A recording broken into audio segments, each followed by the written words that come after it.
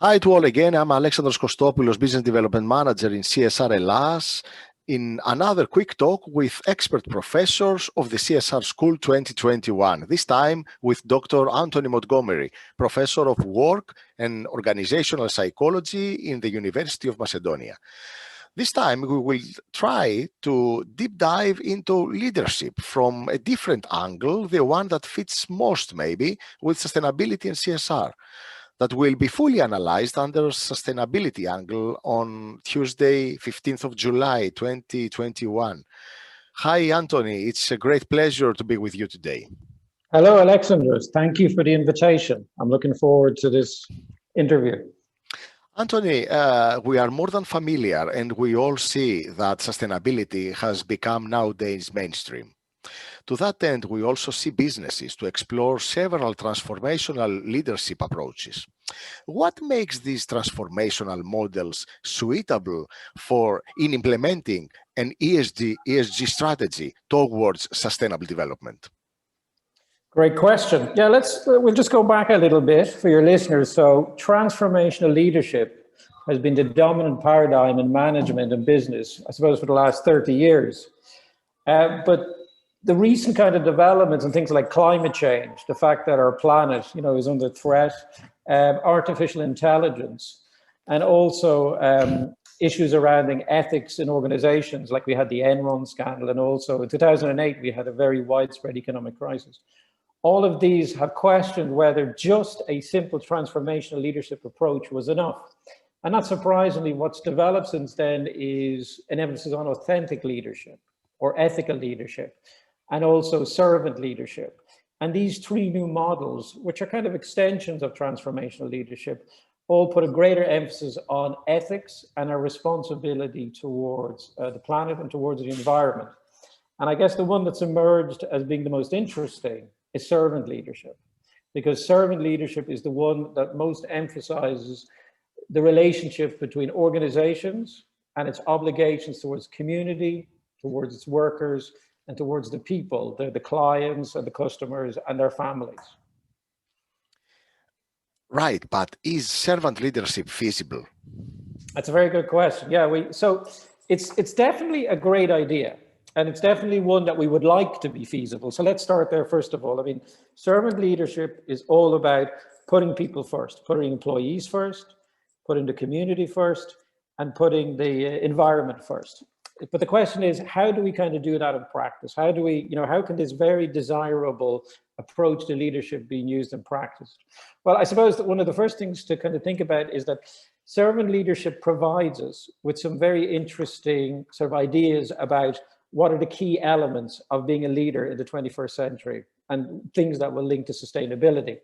So things like empathy, healing, awareness, persuasion, having a good philosophy, foresight, stewardship, and growth, and also building in a community.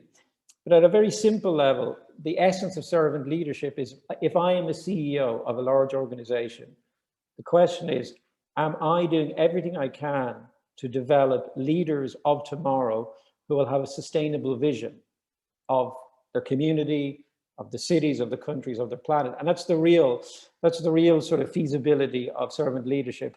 I suppose we could argue that given the challenges of artificial intelligence, of climate change, and of the automation of technology, we have no other choice but kind of servant leadership in a sense. It's something we can't ignore in terms of us going forward. I'm just thinking, who can be servant leader at the end within a business, and what role can servant leadership play in sustainability in general? Yeah, a great question. So I guess the simple answer is that I suppose everybody has the potential to be a servant leader. The more complicated answer is that I suppose in certain industries like healthcare and aviation, where it's very much about safety, we definitely want to put a greater emphasis on servant leadership at the kind of middle management and line management positions.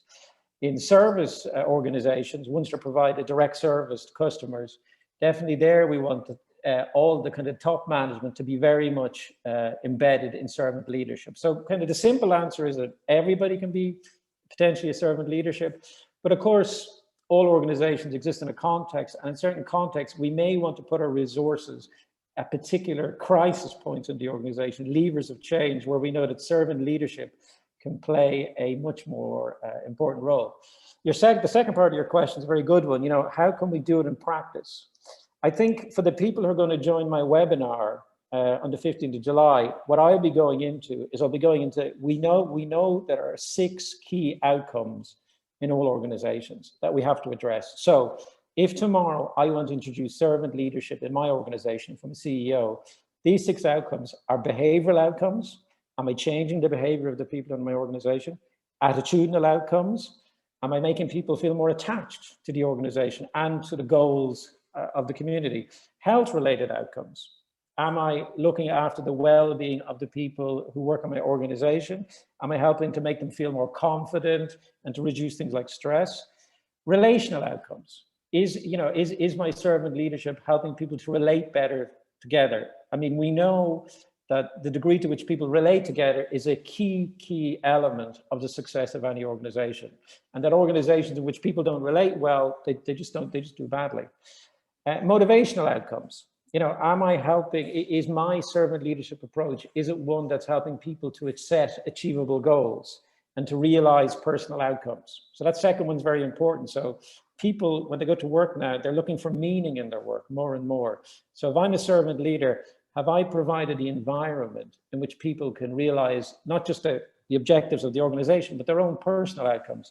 And then finally, career outcomes. If I'm a responsible and sustainable organization, I also have to be developing people who might leave and work in other organizations. So I think that's that much bigger vision of the workforce, not just my own organization, is one that's going to make for a more sustainable work environment. And these are the 6 things I'll be going into a lot of detail about in my webinar on the 15th of July.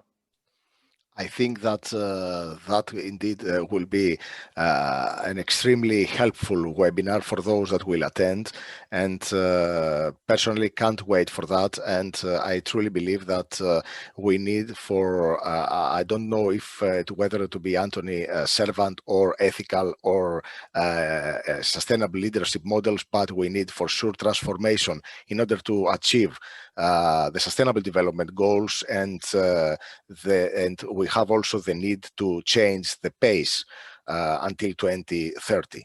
So thank you for that quick talk, and waiting for the 15th of July. For those that you are interested in register in the CSR School 2021, please follow the link CSR-School.eu, and see you again in our next podcast. Thank you. Pleasure. Thank you again.